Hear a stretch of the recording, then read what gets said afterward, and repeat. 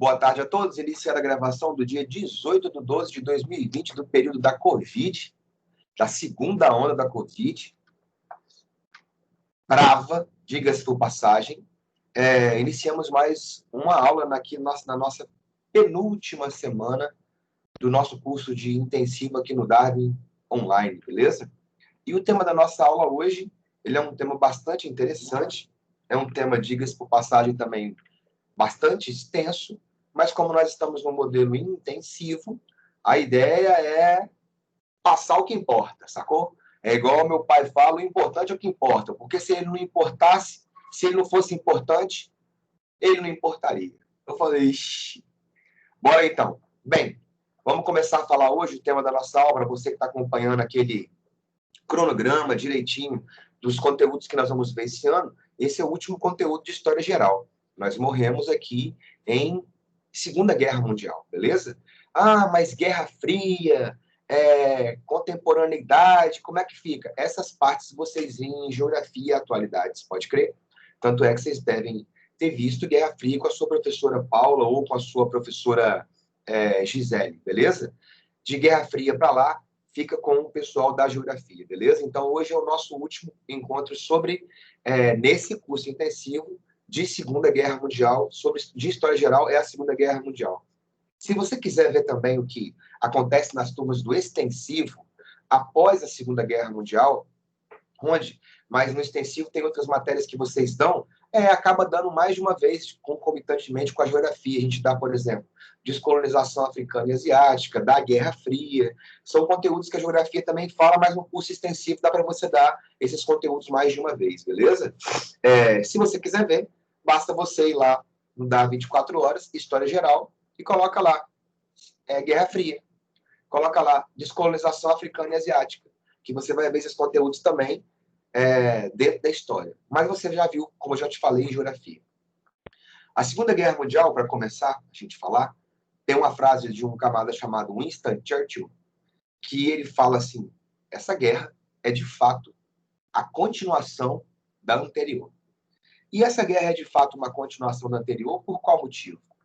Tem um historiador que eu comentei com vocês em aulas passadas, que ele se chama Eric Hobsbawm. E o Eric Hobsbawm, ele não divide esse período como a historiografia tradicional faz. Nós dividimos em Primeira Guerra, entre guerras, que você viu comigo, crise de 29 e regimes totalitários, e a Segunda Guerra Mundial. O Hobsbawm, que é o maior historiador da contemporaneidade, pelo menos na minha visão, ele fala a guerra total, 1914 a 1945, como se existisse um primeiro round de guerra, de luta, um intervalo de descanso e fortalecimento das forças, para depois ter um segundo round de combate. Aí você fala assim, mas por quê? Porque, basicamente, os países que vão fazer alianças na Primeira Guerra Mundial são quase os mesmos que farão alianças na Segunda Guerra Mundial.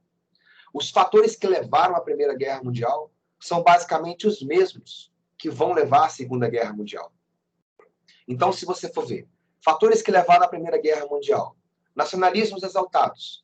Na Segunda Guerra também vai ter supremacia da raça ariana, sacou? Pan-germanismo, pan-eslavismo. Você vai ter ainda disputas imperialistas, várias delas. Continuaram as disputas imperialistas porque, afinal de contas, esses países estão em plena Revolução Industrial continuada. Sentimento de revanche. Por quê? Porque quem imaginava que a Primeira Guerra Mundial seria a última guerra para acabar com todas as guerras se deu muito mal. Os tratados de fim de guerra não seguiram os 14 pontos de Versalhes, que pretendiam um fim de guerra sem vencedores e sem perdedores. Nós citamos o exemplo da Alemanha, que foi considerada culpada pela guerra no Tratado de Versalhes, então não seguiram os 14 pontos de Wilson, beleza? A Alemanha é culpada pela guerra, perde território, perde colônias, vê seu território dividido em dois, não pode ter exército, não pode ter marinha, não pode ter aeronáutica, perde toda a sua indústria bélica pesada, não pode ter mais que 100 mil soldados. Então você tem um sentimento de revanche muito forte pós-Primeira Guerra Mundial. Tanto é que esse sentimento de revanche forte é um dos principais propulsores do nacionalsocialismo dos trabalhadores alemães, que é o nazismo, que nós vimos em aulas passadas.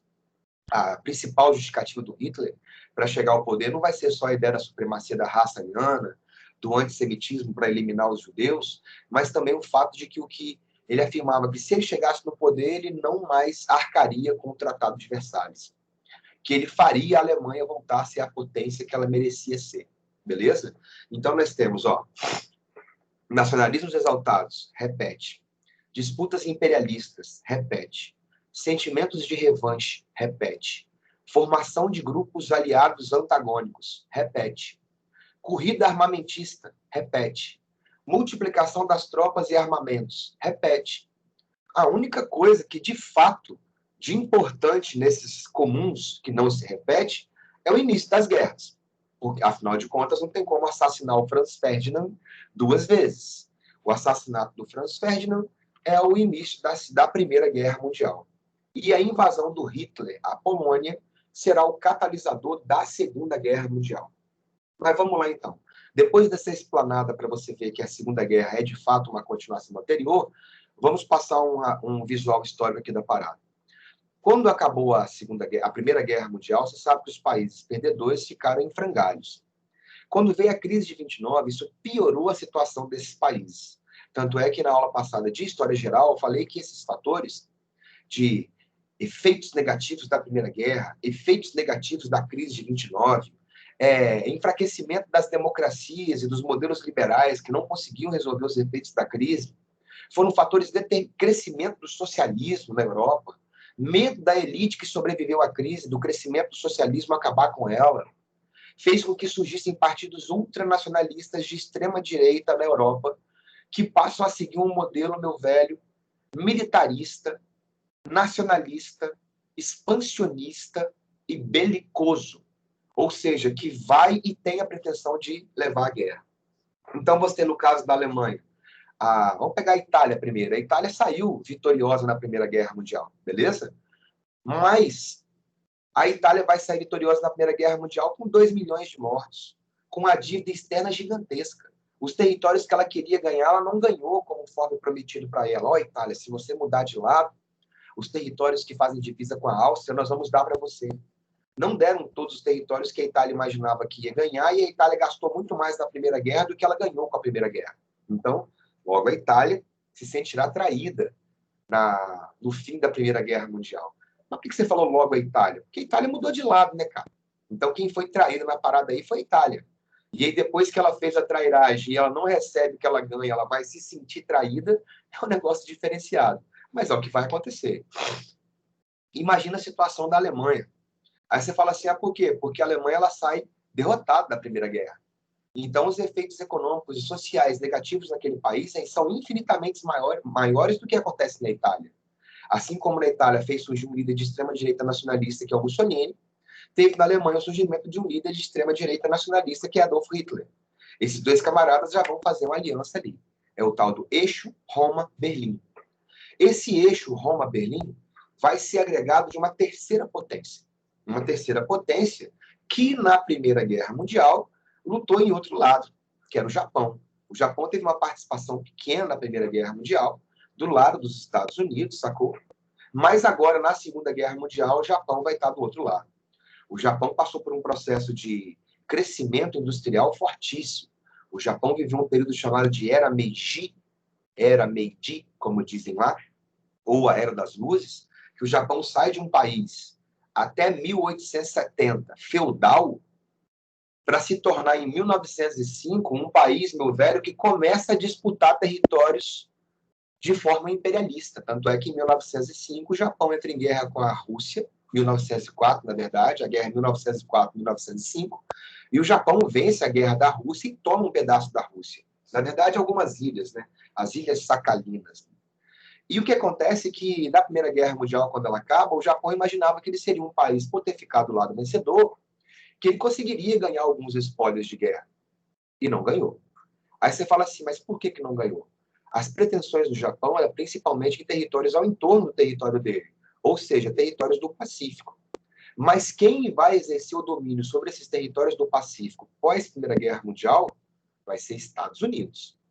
É bom lembrar que Estados Unidos é banhado tanto pelo Atlântico quanto pelo Pacífico.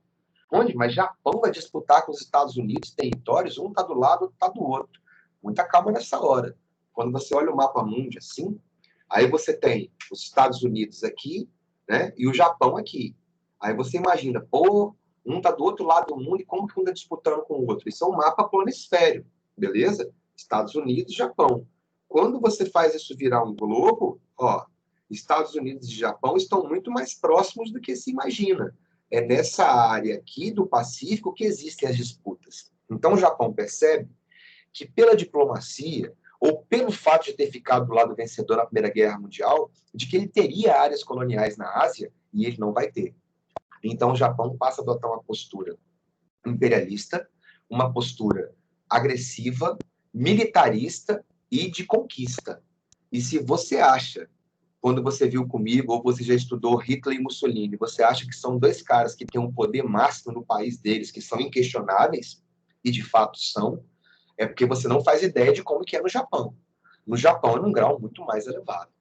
Aí você fala, mas por que que no Japão o grau é muito mais elevado? O Japão é império. Império do Japão, tem uma monarquia. E a monarquia japonesa é uma monarquia de direito divino. Não, o próprio rei do Japão é tido como um deus vivo.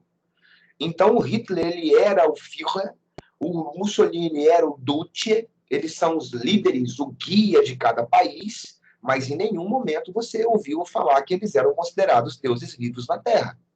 O imperador do Japão é considerado um deus vivo na Terra. E assim como os italianos vão também se afirmar raça superior porque descendiam dos romanos, assim como os alemães se diziam raça superior porque descendiam dos germânicos, dos arianos, né? Os japoneses também vão se afirmar raça superior na Ásia, porque descenderiam dos nipônicos, Nippon, Japão, sacou? E aí você vai ter um acordo firmado entre esses três países, Alemanha, Itália e Japão. Um acordo chamado Pacto Anticominterno.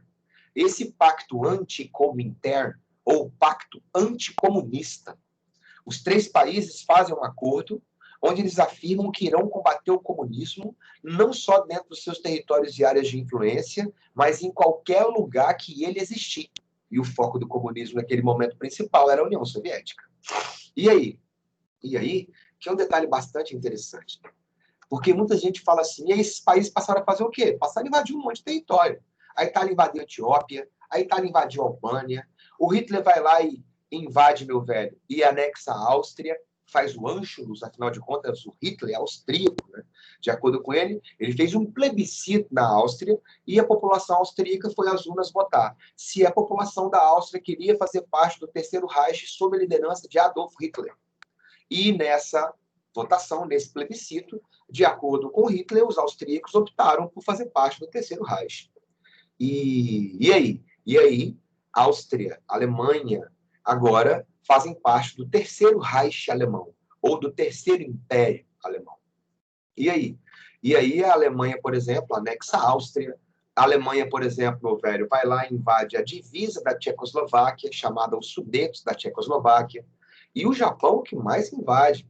O Japão invade a China, uma região chamada Manchúria, invade Taiwan, invade Coreia, Vietnã, Laos, Camboja, toda a região da Indochina, invade, meu camarada, Indonésia, Malásia, Filipinas, Singapura, passaram o cerol naquela região e naqueles povos.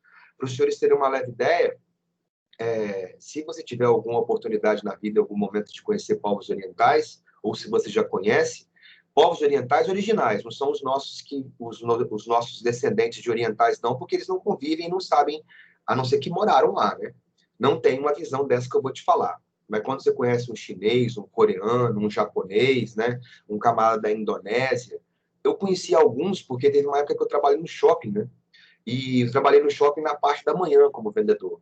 Então, muitos navios que atracavam no Porto de Vitória, muito marinheiro dessa região, ia no shopping comprar, né? E aí eu gastava uma lombra neles, né? Trocava ideia. E a maioria dos asiáticos não são muito fãs de japoneses. E eu achava curioso aquilo, né? Eu estava entrando no curso de História, né? Eu tinha 17 anos de idade, e eu achava curioso por quê? E o curioso é por quê? Porque esses povos foram massacrados pelo Império do Japão, principalmente nessa era antes Segunda Guerra Mundial. Dominou toda aquela região. E uma coisa que as pessoas sempre afirmam é assim, pô, mas por que ninguém não fez nada? Hitler invadindo território, Alemanha invadindo território, né? Itália invadindo território, Japão invadindo território. Para responder essa pergunta, por que ninguém fez nada, eu tenho que te fazer outras perguntas. E as outras perguntas seriam o seguinte: quem poderia fazer alguma coisa contra Japão, Alemanha e Itália? Quem poderia fazer alguma coisa seria a Liga das Nações, que hoje é a ONU, né? A Liga das Nações naquela época era basicamente dois países, Inglaterra e França, e os Estados Unidos, que era a maior potência do mundo. Ronde, por que Estados Unidos, Inglaterra e França nada fizeram nesse momento? Primeira justificativa deles: eles estão vivendo os efeitos da crise de 1929. Então, esses países estão quebrados, com as suas economias arruinadas. Eles vão optar primeiro resolver problemas de ordem interna, para depois se voltar para as relações internacionais, beleza? Essa é a primeira justificativa. Outra pergunta: mas se esses países tivessem condição de fazer algo para barrar o avanço imperialista de japoneses, alemães e italianos, eles realmente fariam alguma coisa? Aí que vem a grande parada. Se chegasse e perguntasse, mais uma pergunta, hein? Se chegasse e perguntasse assim: Estados Unidos, Inglaterra e França, vocês gostam de nazifascistas? A resposta seria não. Se fizesse outra pergunta: Estados Unidos, Inglaterra e França, vocês gostam de socialistas e comunistas? A resposta também seria não. E com um adendo: desses últimos, eu gosto menos ainda. Mas por que, Rod? Por que Estados Unidos, Inglaterra e Japão? Vocês gostam menos ainda de comunistas e socialistas? Olha bem, não gosto de nazifascistas porque são ditaduras, são totalitários, autoritários, antidemocráticos, antiliberais, exterminam minorias. Porém, eles têm um modelo econômico que é o mesmo do nosso. Então, deixando de lado essas questões, nós podemos viver economicamente e manter relações de importação e exportação com eles com tranquilidade. Já a galera socialista e comunista, além de também serem antiliberais, antidemocráticos, totalitários, autoritários, eliminam as minorias, têm campos de concentração e extermínio, o modelo de produção deles prega a destruição do nosso modelo, que é o capitalista. Então, eu não gosto de nazifascista e gosto menos ainda de socialista e comunista. E como nazifascistas afirmam que vão erradicar socialistas e comunistas da face da Terra, e vice-versa, o que é a ideia que Estados Unidos, Inglaterra e França vão ter? Não vamos fazer nada. Ah, por quê? Deixa invadir território, deixa multiplicar tropa, deixa não respeitar os tratados de Versalhes. Esses camaradas estão se armando, estão se multiplicando, estão invadindo terra, mas observa que eles estão indo tudo em direção à União Soviética. Daqui a pouco vai ter uma guerra entre os dois grupos se destroem e nós não precisamos de fazer nada. Ou seja, nós matamos vários coelhos sem dar paulada alguma. Isso é contar com o ovo no cu da galinha, como diz Ana Rosa. Estados Unidos, Inglaterra e França não agiram de forma mais brusca, enérgica, agiram de forma apaziguadora, tanto é que isso se chama política de apaziguamento, apaziguar, olha o termo paz no meio, apaziguar, é tentar manter a paz, evitar o conflito. Eles vão praticar essa política de apaziguamento, deixa invadir, não faz nada, faz só uma critiquinha aqui, outra critiquinha ali, porque imaginava que a certa altura do campeonato ia ter uma guerra entre esses dois blocos, extrema-direita nazifascistas e extrema-esquerda socialistas e comunistas, e ambos se destruiriam e tudo se resolveria. Beleza. E aí os caras não estão fazendo nada. Aí o Hitler foi lá e, puf, queria um pedaço da Tchecoslováquia. Na época, a Liga das Nações, o Hitler falou que ia invadir a fronteira da Tchecoslováquia porque tinha povos germânicos. A Liga das Nações, na época, que seria a ONU hoje, fez uma Conferência de Munique. E nessa Conferência de Munique, olha só, os caras vão fazer uma conferência lá na Alemanha, tá? Ah, por quê? Porque se fizesse em outro país, o Hitler não iria. Então, eu vou fazer uma reunião na casa do cara, porque aí é difícil dele não comparecer. Fizeram uma reunião na Alemanha, lá em Munique, e a oposição, todo mundo imaginava que a Liga das Nações ia falar assim, ó, se vocês não podem mais invadir território e vocês vão devolver os territórios que vocês invadiram. O mundo estava imaginando que a Liga das Nações ia fazer isso. agir de forma enérgica. Pois bem, a Liga das Nações convidou o Hitler e o Mussolini para poder fazer parte da reunião, mas não convidou nenhum representante de nenhum país invadido. Já é estranho, né?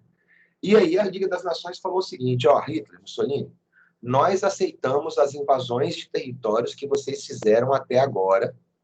Nós vamos documentar e passar esses territórios oficialmente para vocês, mas em troca vocês vão garantir que não vão invadir mais território nenhum. Hitler, se eu te dar esse pedaço da Tchecoslováquia, que é a fronteira, que você afirma que tem povos alemães, você garante que não vai invadir mais território algum? Garanto. Mussolini, se você garantir, se eu der os territórios que você invadiu, você não invade mais nenhum? Não, não invado mais nenhum. Todo mundo achou que os caras iam lá e quebrar o pau do Hitler e Mussolini, os caras foram lá e entregaram os territórios para o Hitler e Mussolini, esperando que os dois fossem honrar o tratado e não fossem invadir mais território. Tanto é que o cara principal dessa conferência de Munique, ministro da Inglaterra na época, era o Neville Chamberlain.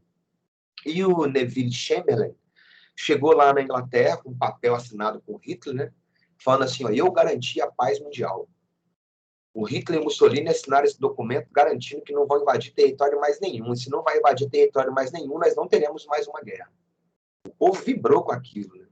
E na época tinha um político dentro do Congresso britânico, opositor do Chamberlain, o cara que eu falei no começo dessa aula, Winston Churchill. O Churchill olhou para ele e falou assim, meu velho, acreditar que o Hitler e Mussolini vão cumprir o que eles falaram, porque simplesmente assinaram esse papel, onde você entregou tudo de graça para eles, é a mesma coisa que acreditar de que você vai colocar uma raposa dentro de um galinheiro e ela não devorará as galinhas. Como assim? É impossível. Hitler e Mussolini não vão honrar a palavra. Assim como uma raposa não ficará sem comer as galinhas do galinheiro. Menos de um ano depois disso, o Hitler invadiu a Tchecoslováquia inteira e o Mussolini foi lá e invadiu mais um território, a Albânia, na Europa. E aí? E aí invadiu mais território, ninguém falou nada. O Hitler dá mais um passo. Qual que é o próximo passo? Anuncia em rádio que ia invadir a Polônia. Ó, no dia 1º de setembro eu vou invadir a Polônia, vou tomar o corredor polonês e vou reunificar a Alemanha. Porque na Primeira Guerra Mundial, o território da Alemanha perdeu uma parte para virar um país que é a Polônia. E um pedaço da Polônia ficou no meio da Alemanha. Então você tinha a Alemanha de um lado e a tal da Prússia Oriental do outro. E aqui no meio você tinha o tal do corredor polonês, que era o corredor que dava acesso à Polônia ao mar, sacou? Mas esse corredor polonês dividia a Alemanha em duas partes. E o Hitler fala, vou invadir esse território em 1º de setembro e vou fazer a Alemanha voltar a ser o que era antes. Quando o Hitler faz isso, a Liga das Nações vai lá e fala, peraí, você falou comigo que não ia invadir território mais nenhum. Aí depois você foi lá e invadiu a Tchecoslováquia. Nós aceitamos. Mas se você invadir a Polônia, vai ser a guerra. E aí o Hitler falou o seguinte, então estejam lá. 1º de setembro, eu vou invadir a Polônia. Mas a galera ficou mais chocada ainda com a próxima coisa. Todo mundo imaginava que o Hitler ia, né, meu velho, pelo menos ele falava, que ele ia acabar com o comunismo, beleza? Nessa mesma época, aconteceu um acordo feito entre a Alemanha e a União Soviética. O mundo inteiro ficou embasbacado. Um acordo chamado Pacto Ribbentrop-Molotov, ou simplesmente Pacto Germânico-Soviético. Por esse acordo, Hitler e Stalin fecharam o seguinte negócio. Hitler falou com Stalin, Stalin, eu não ataco a União Soviética se a União Soviética não me atacar. Stalin, eu, Hitler, vou invadir a Polônia. A parte ocidental da Polônia, divisa da Alemanha, que tem povos germânicos, fica com o Terceiro Reich, fica com a Alemanha. A parte oriental, que tem povos eslavos, a parte oriental da Polônia, eu entrego para você.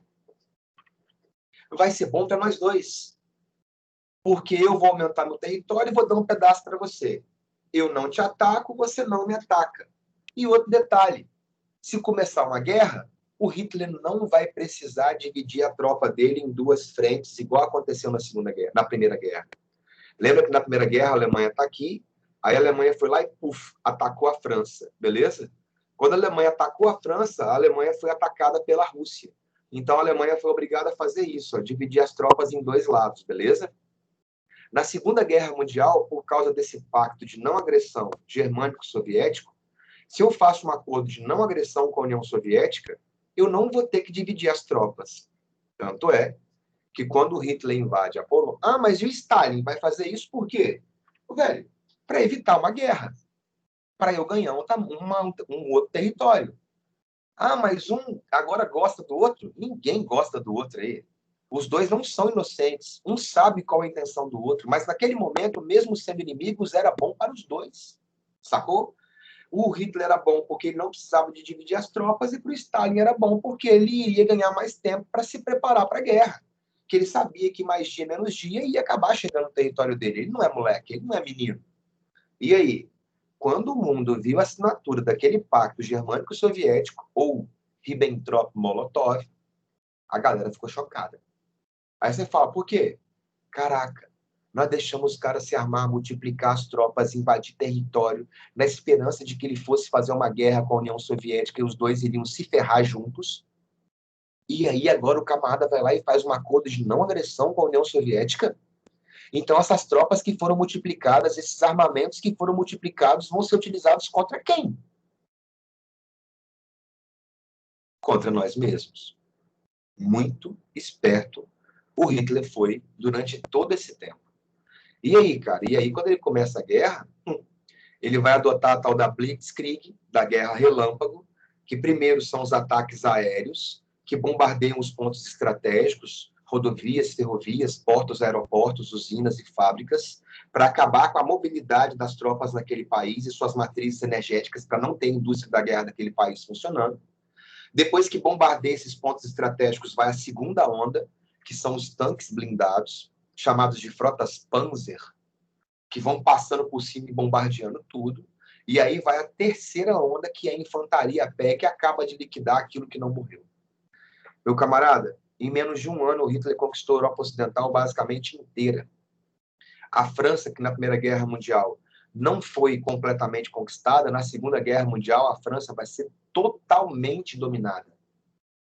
Não só tomou a Europa Ocidental basicamente inteira, como Hitler, para poder conquistar a Inglaterra, ele sabia que a Inglaterra é ilha, e por navio dava ruim, porque a Inglaterra tinha maior marinha de guerra, então o Hitler passa a fazer bombardeios aéreos à Inglaterra. As principais guerras da Primeira Guerra Mundial de Alemanha e Inglaterra são bombardeios aéreos, pelo menos inicialmente.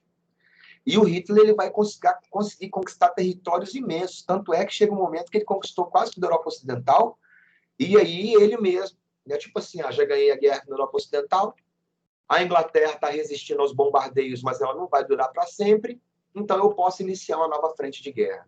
Aí é o momento da virada da guerra, de fato. Duas coisas fazem a guerra mudar os rumos. Até esse momento que eu te falei, o eixo, que é Alemanha, Itália e Japão, está em franca vantagem contra os aliados, que é França, Inglaterra e União Soviética. Lembrando que a União Soviética até nesse momento está neutra, beleza? E aí, ela só vai se tornar ativa quando Hitler rompeu o Pacto Germânico-Soviético, numa operação chamada Operação Barbarossa.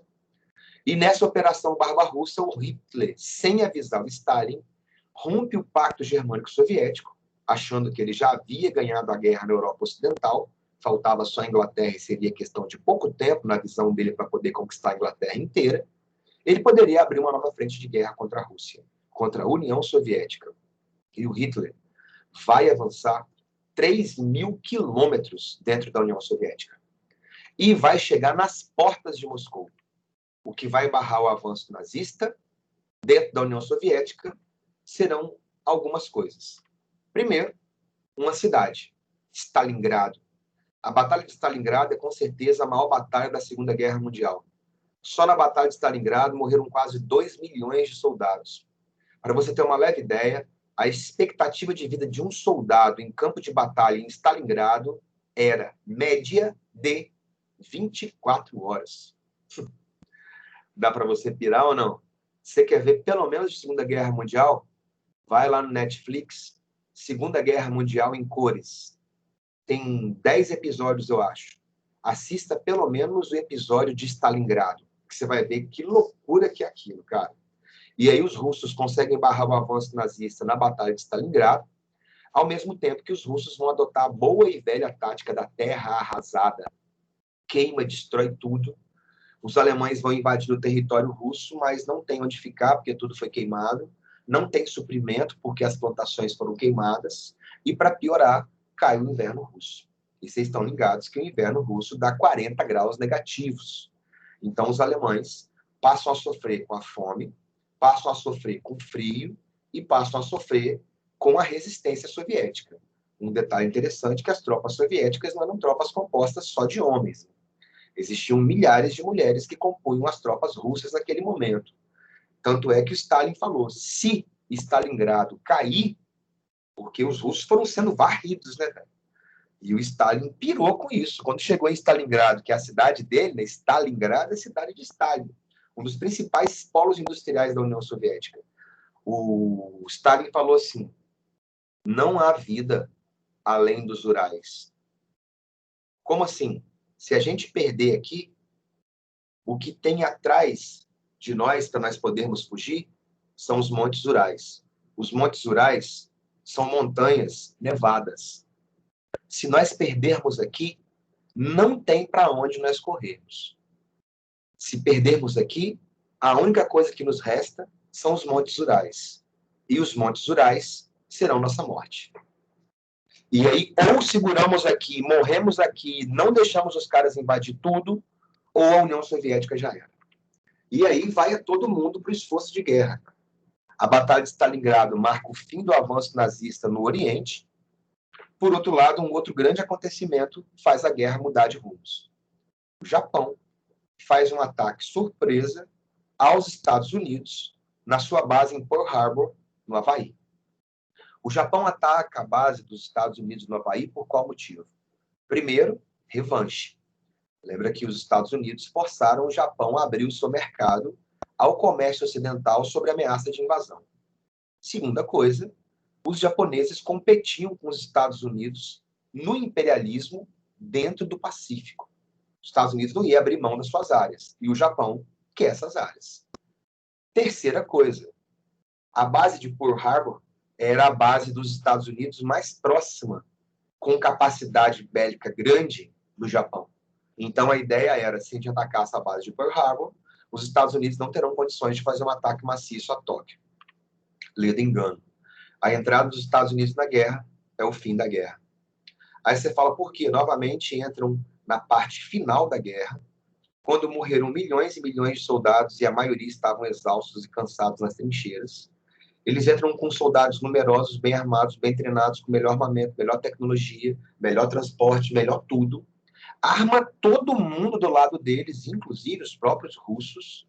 Os russos passam a receber milhões de toneladas de armamento, munição, mantimento, agasalho, que os Estados Unidos mandam para a União Soviética se armar e segurar o avanço nazista. E aí começam a fechar.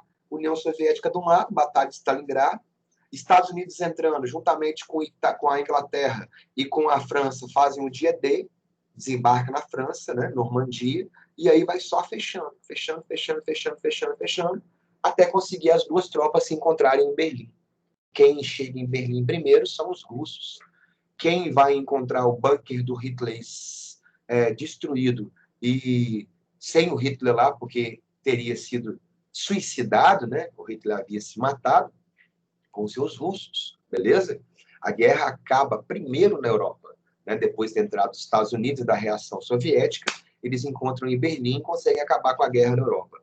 No entanto, continuam as guerras no Pacífico. E no caso das guerras do Pacífico, guerras do Pacífico são basicamente guerras entre Estados Unidos e Japão.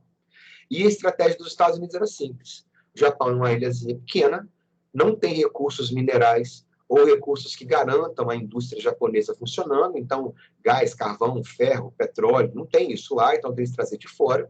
Primeira estratégia dos Estados Unidos, cortar as linhas de abastecimento de matérias-primas do Japão. Então, passam a invadir os territórios que abasteciam o Japão. O Japão, então, a ideia era de que o Japão iria parar a guerra por não ter condição de continuar nela. Só que quando começou a minguar as matérias-primas no Japão, o Japão não desiste, ele começa a fazer os ataques kamikaze, que é quando você utiliza as próprias aeronaves para poder atingir embarcações dos Estados Unidos, como alguns porta-aviões, na intenção de afundá-los.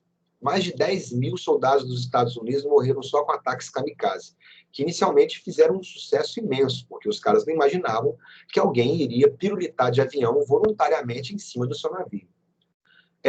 Mas se todos os aviões do Japão acertassem e afundassem um alvo cada um, mesmo assim o Japão não conseguiria vencer a guerra dos Estados Unidos.